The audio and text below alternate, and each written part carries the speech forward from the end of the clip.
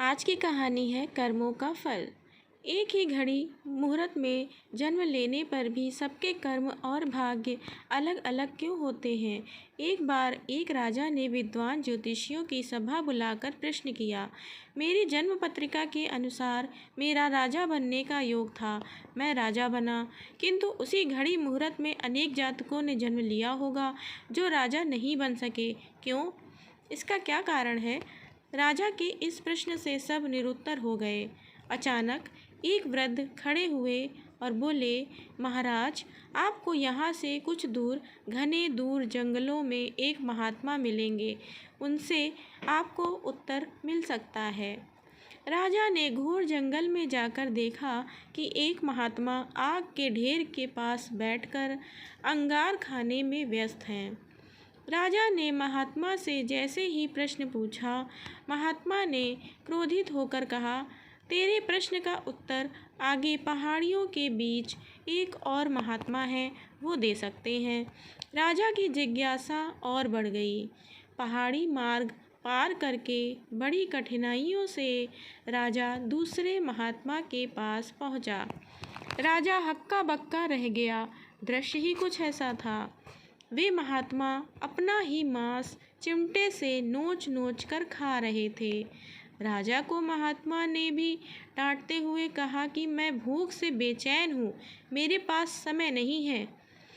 आगे आदिवासी गांव में एक बालक जन्म लेने वाला है जो कुछ ही देर तक जिंदा रहेगा। वह बालक तेरे प्रश्न का उत्तर दे सकता है। राजा बड़ा बेचैन हुआ। बड़ी अजब पहेली बन गया मेरा प्रश्न।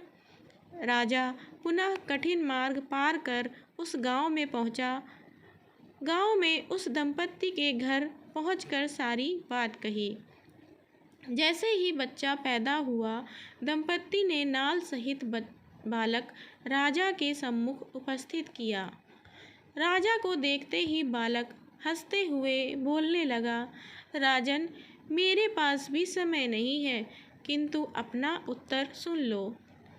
तुम, मैं और दोनों महात्मा 7 जन्म पहले चारों भाई राजकुमार थे। एक बार शिकार खेलते खेलते हम जंगल में 3 दिन तक भूखे प्यासे भटकते रहे। अचानक हम चारों भाइयों को आटे की एक पोटली मिली। हमने उसकी 4 बाटी सेकी। अपनी अपनी बाटी लेकर खाने बैठे ही थे कि भूख प्यास से तड़पते हुए एक महात्मा वहां आ गए। अंगार खाने वाले भैया से उन्होंने कहा, बेटा, मैं 10 दिन से भूखा हूँ, अपनी बाटी में से मुझे भी कुछ दे दो, मुझ पर दया करो, जिससे मेरा भी जीवन बच जाए। इतना सुनते ही भैया गुस्से से भड़क उठे और बोले, तुम्हें दे दूंगा तो मैं क्या खाऊंगा? आग! चलो भागो यहाँ से।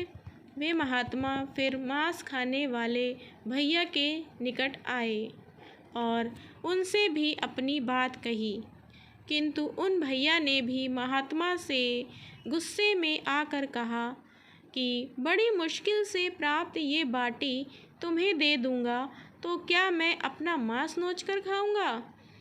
भूख से लाचार वे महात्मा मेरे पास भी आए, मुझसे भी बाटी मांगी, किंतु मैंने भी भूख में धैर्य खोकर कह दिया कि चलो आगे बढ़ो, मैं क्या भूखा मरूं?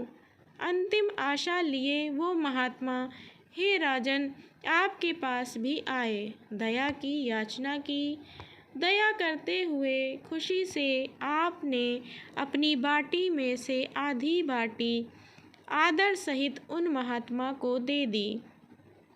बाटी पाकर महात्मा बड़े खुश हुए और बोले, तुम्हारा भविष्य तुम्हारे कर्म और व्यवहार से फलेगा।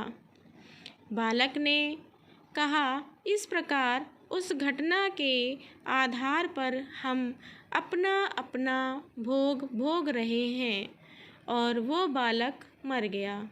धरती पर एक समय में अनेकों फल फूल खिलते हैं, किंतु सबके रूप, गुण, आकार, प्रकार, स्वाद भिन्न होते हैं।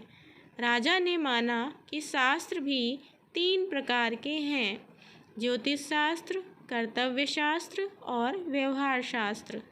सब अपना किया दिया लिया ही पाते हैं। यही है जीवन। गलत पासवर्ड से एक छोटा सा मोबाइल भी नहीं खुलता, तो सोचिए गलत कर्मों से जन्नत के दरवाजे कैसे खुलेंगे।